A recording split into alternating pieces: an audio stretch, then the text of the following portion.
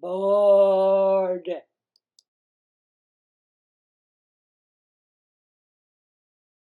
Welcome back, Niki Gets. Thank you for joining me today. I hope you've been well and treating others well. Can't we all just get along? Today I have a special show, Scarlet Fever. Scarlet! It isn't one of the pandemics or epidemics I originally planned, but it is a fan request. I love my Niki Gets, so of course I had to add this one to the show. It'll be a short show, though, with no poem at the end. A big shout out to Janet, who requested it. She shared her story of having scarlet fever. She was so young, the only thing she remembered from it was someone showing her a live lobster. Now, don't worry, it wasn't placed on her to make her feel better. It was a promise of a great dinner once she got all better. It's safe to say anything with 2 syllables and fever at the end is going to always remind me of the Muppets Treasure Island. Cabin fever! This will always be the case. Now, when I was younger, if I had a sore throat, my mom would rush me to the doctor to see if it was strep throat. It almost never was. No, it isn't strep. It was usually my allergies. I started to think my mom was just a few rides short of an amusement park. You know what I'm saying? You're crazy! It was just a sore throat already. To her credit, at least twice it was strep throat, and I'd be put on antibiotics. I take it back. So it took me just a few moments of studying scarlet fever to realize my mom was a genius. Scarlet fever comes from untreated strep throat. You can even get it from something as small as a cut or an infection. So let's go back in time. In the late 1800s and early 1900s, scarlet fever was rampaging the Western world. Kids were dying and people were terrified. Scarlet fever was around since at least 1553. At that time, a doctor in Sicily recorded cases of it. He called it Rosalia. He pointed out that his patients had tiny spots evenly spread throughout the body, making the body look like it was on fire. Other doctors and scientists took notes of it and did a better job of tracking symptoms. They noted the differences between scarlet fever, measles, and smallpox. They noted the other symptoms like sore throat, high fever, vomiting, and swelling of the glands in your neck called parotid glands. They saw that it was particularly bad for infants, usually ending in death. They called it anginosa. In 1578, a French nobleman finally listed all the symptoms together and noted that the purpura, the little red bumps, appeared on the second or third day, accompanied by a sore throat. He was credited for coming up with the first definitive definition of scarlet fever. He was a nobleman, so there you go, Niki Gets. You don't even have to be a doctor. If you are good at research and can put a bunch of different descriptions together, you too can have a credit for something in medicine. Don't let anything silly like a degree stop you. Still, no one knew what caused it for over 300 years. In 1924, a married couple that were bacteriologists found out it was caused by a bacteria group. Group A streptococci. They finally linked it to the sore throat because streptococci starts as a sore throat, strep throat. Then the streptococci bacteria, a living organism, produces toxins that cause far worse issues than that starter sore throat.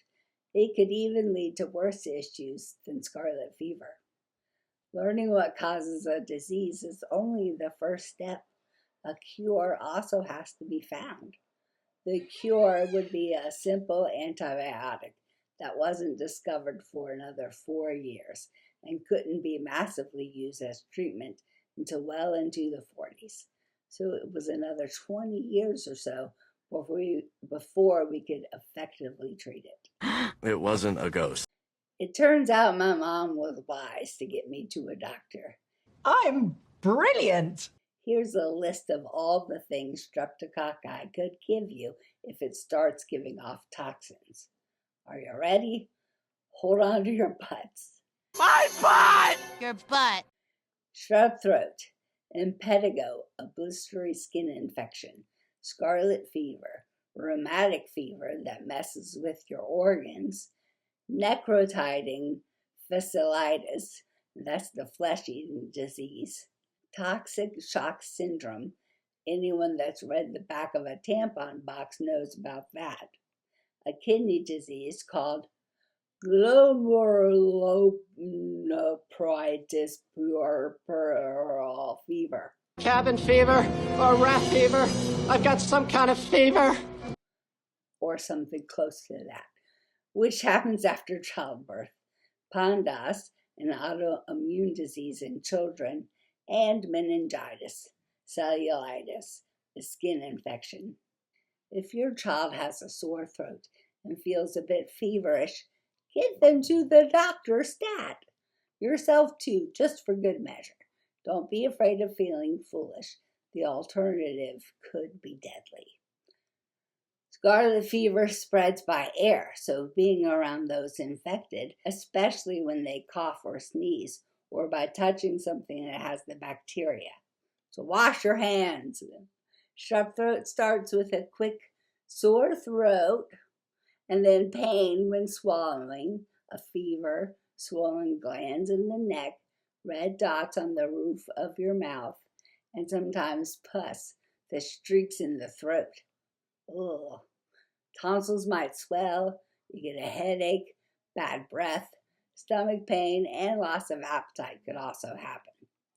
Scarlet fever has the same symptoms with the addition of a red rash that starts on the neck and chest and then spreads. A white coating on the tongue that peels off and leaves your tongue speckled with dots. That sounds terrible, but the name for it is cute, strawberry tongue. Your fever will likely worsen and you get body aches. As we already know, it could lead to death and many other terrible things. The good news is, once we are around 10 years old, we build up a good immunity to it. Catch me! You can't catch me! It's still possible to catch it, but much rarer. The cure is a good old antibiotic. Toot, toot, toot! One of the first antibiotics ever, penicillin. What's cool is most bacteria change over generations, becoming immune to antibiotics. Okay, wait, that wasn't the cool part. Streptococci hasn't done that. That's why good old penicillin still works. But that was the cool part. Scarlet fever was an epidemic, though nowhere near as bad as the others we cover. Unless you or a loved one died from it, then it seemed just as bad. Between antibiotics, better health care, cleaner conditions, and better food concerns, like pasteurized milk, we don't have to worry too much about it nowadays. By the 1900s, we only had one mortality from it per year. Before the antibiotics and updates, the mortality rate was between 15 to 20%, being mostly children. The modern world and medicine saved the day. I bet God is happy he gave us brains to figure stuff out. Yay God, and yay science. Once again, I find myself extremely happy to live in today times. People of yesteryear had it so much worse. I hope you enjoyed this mini episode. Until we meet again, I love all of you Niki Knacks. Hope you have a wonderful time. Mwah! Bye.